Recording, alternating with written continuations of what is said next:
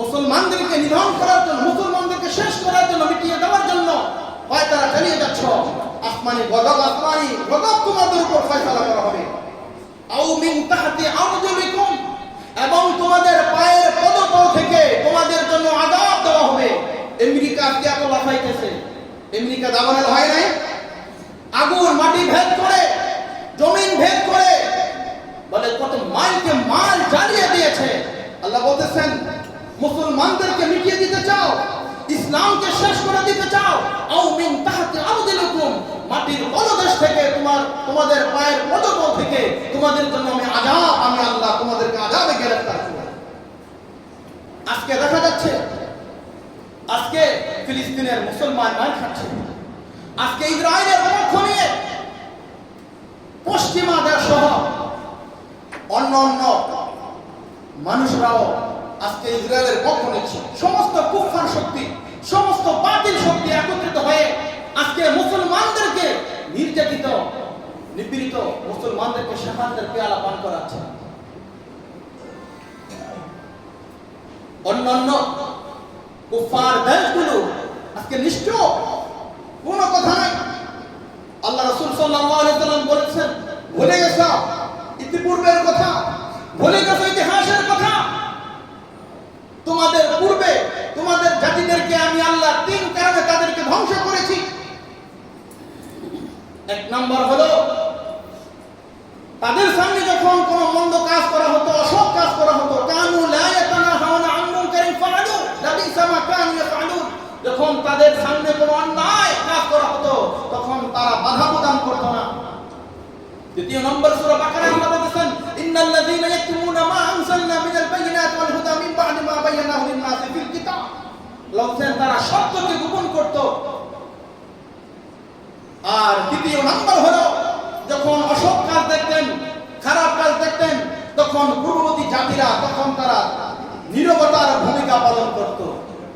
তাহলে তারা যেই কাজ করত, সেই মন্দ কাজ, জুলুম, অত্যাচার, মারামারি, কাটাকাটি, হানাহানি দেখা সত্ত্বেও তারা চুপ থাকতো, কোনো কথা বলতো না।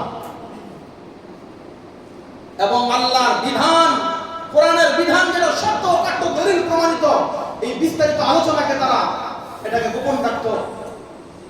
দ্বিতীয় নম্বর, নীরবতার ভূমিকা পালন করত।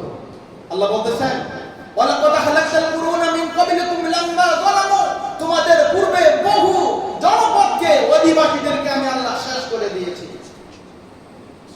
মুসলমানদেরকে কুফফার শক্তি, বাতিল শক্তি একত্রিত হয়ে মুসলমানদের উপর আক্রমণ করবে, ইসলামকে মিটিয়ে দিতে চাচ্ছে। শোনো, কুল হুয়াল কাদিরু আলা আন ইয়াবআসা আলাইকুম আযাবাম মিন ফাওকিকুম আও মিন তাহতি আরজুলিকুম আও ইয়ালবিসাকুম শিয়আ ওয়া ইউযীকা বা'দাকুম বা'সা বা'দ। আল্লাহ তাআলা বলেছেন, কুল হুয়াল কাদির, ওই ক্ষমতাধর, ওই শক্তিধর আল্লাহ, ও হুয়া আলা কুল্লি শাইইন কাদির। কুলিল্লাহুম্মা মালিকাল মুলকি তু'তিল মুলকা মান তাশা ওয়া তানজি'ুল মুলকা মিম্মান তাশা ওয়া তু'ইজ্জু মান তাশা ওয়া তুযিল্লু মান তাশা বিয়াদিকাল খায়র ইন্নাকা আলা কুল্লি শাইইন কাদির। তাবারাকাল্লাযী বিয়াদিহিল মুলক ওয়া হুয়া আলা কুল্লি শাইইন কাদির। আল্লাহ তাআলা বলেছেন, সার্বভৌমত্বের ক্ষমতার মালিক কে? আল্লাহ। সে আল্লাহ বলেছেন, কুল হুয়াল কাদির, আমি আল্লাহ সক্ষম, আলা আন ইয়াবআসা আলাইকুম, আমি তোমাদের উপরে কঠিন এক আযাব তোমাদেরকে পতিত করব। আযাবাম মিন ফাওকিকুম, তোমাদের মাথার উপর থেকে, ছাদের উপর থেকে, বলে আসমানি গজব তোমাদের উপরে আমি ফেলবো। আযাবাম মিন ফাওকিকুম, বলে আসমান থেকে, বলে আল্লাহ করুণার মাধ্যমে, ওমিক্রনের মাধ্যমে, বিভিন্ন আযাব গজবের মাধ্যমে আল্লাহ দেখাইতেছেন মুসলমানদেরকে নিধন করার জন্য, মুসলমানদেরকে শেষ করার জন্য, মিটিয়ে দেওয়ার জন্য হয় তারা চালিয়ে যাচ্ছ। আসমানি গজব তোমাদের উপর ফয়সালা করা হবে।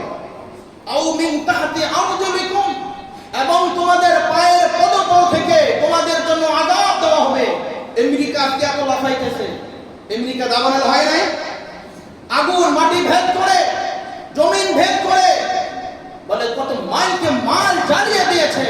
আল্লাহ বলতেছেন, মুসলমানদেরকে মিটিয়ে দিতে চাও, ইসলামকে শেষ করে দিতে চাও, আও মিন তাহতি আরজুলিকুম, মাটির তলদেশ থেকে তোমাদের পায়ের পদতল থেকে তোমাদের জন্য আমি আল্লাহ তোমাদেরকে আযাবে গ্রেফতার করব।